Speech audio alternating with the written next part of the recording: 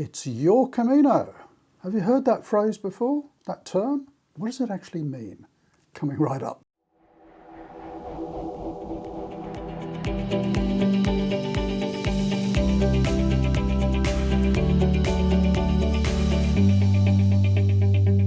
So it's quite a common term. If you've been on Caminos for a while, or if you've been researching your upcoming Camino, sometimes you'll hear that term. It's your Camino, or it's my Camino. What does that actually mean? This is just my interpretation of it, of course, but for me it means that no one should be judging you on how you undertake your Camino. So, you know, for example, you might be posting something on a Facebook group and say, oh, look, you know, I'm going to stay in these hotels and I'm going to have my bags transferred. And, you know, you might get people commenting and saying, oh, that's not the way to walk a Camino. You should carry your pack and all the rest of it. And people feel a bit sort of put upon. And then somebody else will chime in and say, yeah, but it's your Camino. You know, you do it as you want to. I would support that to a degree. And what I'll do is I'm going to put a couple of caveats at the end of this video. But absolutely, if you're planning to walk a Camino, I don't think anybody has the right to tell you exactly how, you know, in what form you should do it. Where you want to start, where you want to finish, whether you want to carry a pack or not, you know, whether you want to have your luggage transported, the type of accommodation you're going to stay in, it's really no one else's business, I don't think. There are a couple of rules, if you like, and that purely comes down to whether you want to receive a Compostela from the Pilgrims office in Santiago. So the rules as of the time of shooting this video are just in the process of changing, and we're still trying to get a little bit of clarification on exactly what it means. So without digressing too much, the previous rules were that you had to walk the final 100 kilometers or ride a bike 200 kilometers into Santiago. So that's why Sarria to Santiago is very popular, because it met the minimum requirements of walking 100 kilometers. And so these sort of shorter routes were very popular. And as long as you could show that you had walked that final 100 into Santiago on a recognised route, and a few other caveats which you can look at on the Pilgrims office website, then you qualified to receive the Compostela, the certificate from the cathedral.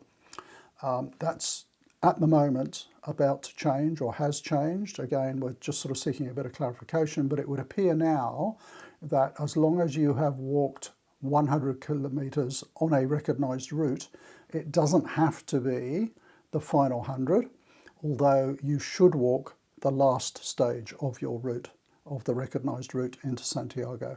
So that means you could walk, you know, however many kilometres, you know, up to 100 or so on any part of a route or bits of a route, getting your credentials stamped.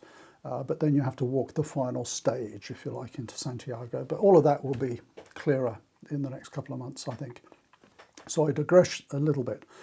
Why did I mention that? Because there are no rules as such, other than those, you know, put out by the Pilgrims office, the cathedral, about how and under what circumstances you receive your Compostela. So, you know, if you want to walk backwards and, you know, walk 3,000 kilometres, or you want to carry a 50-kilo pack, or, you know, whatever, it's totally up to you. Indeed, it's your Camino. You stay in the type of accommodation you want, you walk whatever distances you want every day, and really no one else has a right to tell you how you should walk it. Everybody walks it in their own way.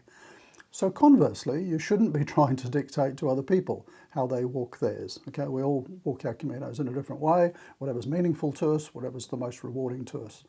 Now the caveat, because I think there's a key word in all of this as well, and that is respect. And again, this is not based on any particular rules or anything like that. It's just purely my thoughts on the Camino, and having walked a few. I think we have to be a little bit careful that we don't become so inwardly focused that we're walking our Camino and really not considering those around us. And look, this is going to be absolute common sense. You're probably thinking, does this need to be mentioned? I think it's worth mentioning. And there's a few elements that I would kind of group into that heading of respect. Do respect your fellow pilgrims. They're all walking it in their way. You're doing it your way, they're doing it in their way. So, don't be sort of hiking down the path with a boogie box on your shoulder. I've seen it. Disturbing them. Maybe they're deep in thought, in prayer or whatever. Don't be that person who gets up at 4 o'clock in the morning to leave before dawn and making a racket and waking everybody else up in the dormitory, because they're doing it their way. They might not want to get up until 7. So I think it's really important that we respect those around us, particularly, the hospitaleros who are our hosts in the albergues, hard-working volunteers generally. So respect for the other people on the path. Respect the path itself, I think. If you've never walked a Camino, and my first Camino was the Camino Frances, I've walked that 3 times now. There is a deep sense of history, of spirituality along that path, which I think is really hard to avoid. And I think, we need to respect that path. It's over 1,000 years old, and pilgrims have walked it, for that, millions and millions of pilgrims over the years. We need to respect what it is. It's not just a hiking path across Spain.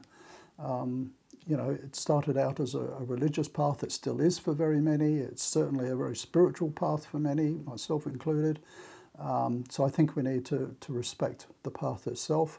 And kind of going with that, the local environment, which I think is really important. You imagine living along the Camino, and you've got almost 500,000 people this year walk the Camino. Not all on the Frances, of course. I think probably 300,000 were on the Frances.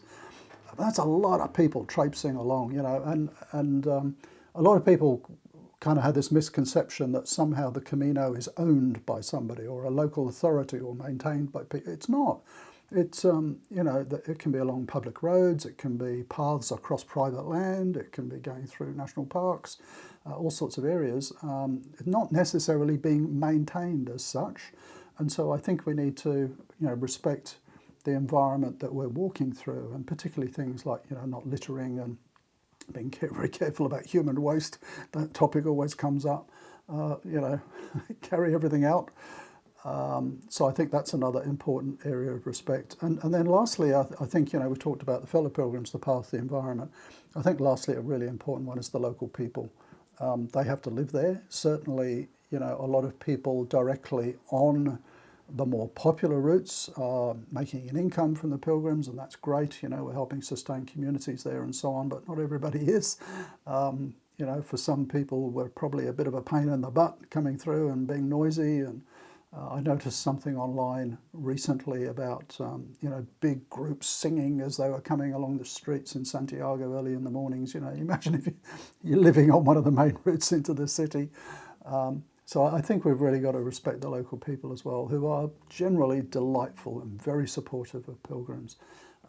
So there we go, just a few thoughts on what does it actually mean? It's your Camino, it's my Camino.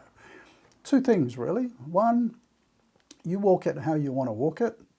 And if you want to collect a Compostela, just make sure that you check the latest requirements for doing that. So you do it how you want to do it.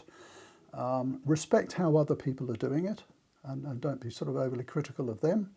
But then there's that key word as well, respect of the path itself, the environment, your fellow pilgrims and the local people. So get out there and walk your Camino. Best of luck if you're planning your first one. Do comment down below if you've got some other thoughts or differing thoughts on that. I'd love to hear from you. But for now, see you next time.